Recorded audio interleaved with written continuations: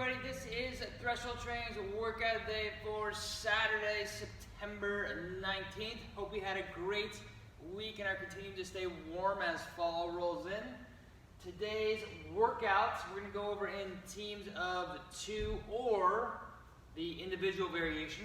In teams of 2 from the 0 to the 12th minute, you have 12 minutes to complete the following as quickly as can.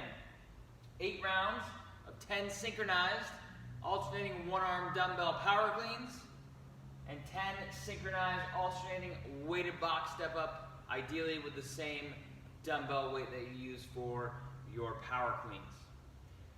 So this part of the workout will come down to communication and fluidness between your repetitions and you and your partner, as well as your ability to keep the pace between rounds. This is something that we expect you to hold the dumbbell off the ground for essentially the entire body of work.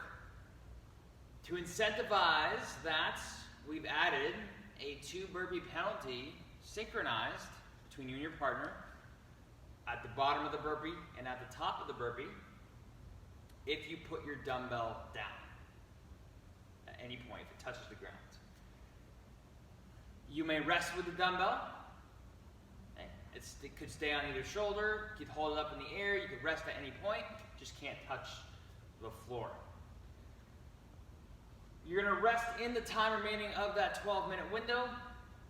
Once the 12-minute mark hits, from the 12-minute mark to the 24-minute mark, with partners alternating movements, you're going to complete the following AMRAP, again for 12 minutes.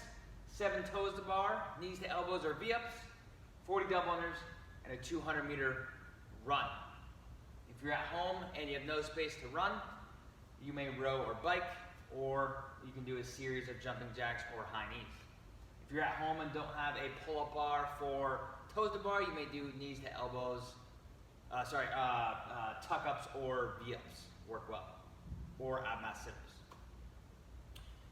If you don't have a jump rope, you may do jumps over the line. To demonstrate the movements, one-arm dumbbell power clean will start at the floor like so. It'll finish at your shoulder. So my hips are going to get lower than my shoulders, knees will bend. I will pull the dumbbell off the floor, launch with my hips. When it arrives at my hips, land in a quarter squat, stand. Then I can switch arms in midair, or wait until the dumbbell gets to the floor and then switch arms. When you are performing reps in a row where you're cycling the dumbbell, make sure that you are following the dumbbell down with your hips so you can effectively utilize your legs for the next repetition. Because it is synchronized, we are going to synchronize only at the top. So for example, if one partner is faster getting up to this position than the other one, you can just wait until the other partner comes to this position. Then you can go back down to your next repetition. Same thing on the box step-ups. Okay, what we'll be looking for is the weight to be held on your shoulder, in suitcase position, in front rack, or in back rack, you choose. Just be consistent. And that we step up with one leg all the way before the opposite leg comes onto the box. And we should see that we have a constant lean over our foot, but it doesn't increase as we go through our step up. Essentially, our body stays, or our torso stays vertical throughout the movement and doesn't get more horizontal. The synchronization will happen at the top. Again, you can wait for your partner to get at the top before you come down. Synchronization does not have to be at the bottom or in transition from the start position to the end position. Toes to bar, knees to elbows, and V-ups movement. If you're on the bar hanging, be sure our shoulders are active. So we're pulling our shoulders away from our ears as we're hanging. Knuckles are over the bar. And we're getting an effective push down and in on the bar to help our body get behind it so we can effectively get our feet towards the bar or our knees towards our elbows. If your hands start to get uncomfortable or blistery, or we may not have toes to bar, knees to elbows, you may perform V-ups, like so, with 2 arms. If you are practicing your rhythm of toes to bar, knees to elbows, but you don't quite have the strength or the motion yet, you can do 7 kips on the pull-up bar.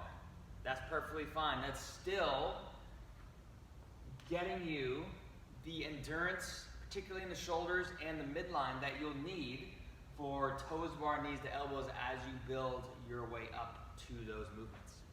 For double unders today, we can scale to 1-to-1 singles. Okay, so 40 single unders. Whether you're doing double unders or single unders, practice being on your toes, practice hopping consistently through your repetitions. That is to say, you are hopping by extending the ankles and the knees at the same time versus lifting with the heels or raising the knees or pitching your chest forward like so. See if you can stay tall so you're maximizing your vertical height as you're jumping today. If you have an ankle injury or calf injury that prohibits you from jumping or running, we can substitute those movements out, no problem. All right, guys, that is today's workouts. One more thing before we leave. If you're doing the individual variation, hey, obviously you don't have to synchronize reps, but the rounds and reps will stay the same. Same thing with the burpee penalty. If you set your dumbbell down to the ground and it touches the floor, 2 burpee penalty. Then, you don't have to alternate movements with a partner. Okay, down here, you can just do the movements right on through for a 12-minute AMRAP. If you would like to, you can rest 1-to-1 as if you had a partner. Although if you're in person, remember you will be alternating movements. So first partner does the toes to bar, second partner does the double unders, then the first partner does the 200-meter run, second partner starts the toes to bar, first partner does the double unders, second partner does the 200-meter run, so on and so forth. This is alternating movements with your partner. So now we are done. Have an awesome workout and have a great weekend.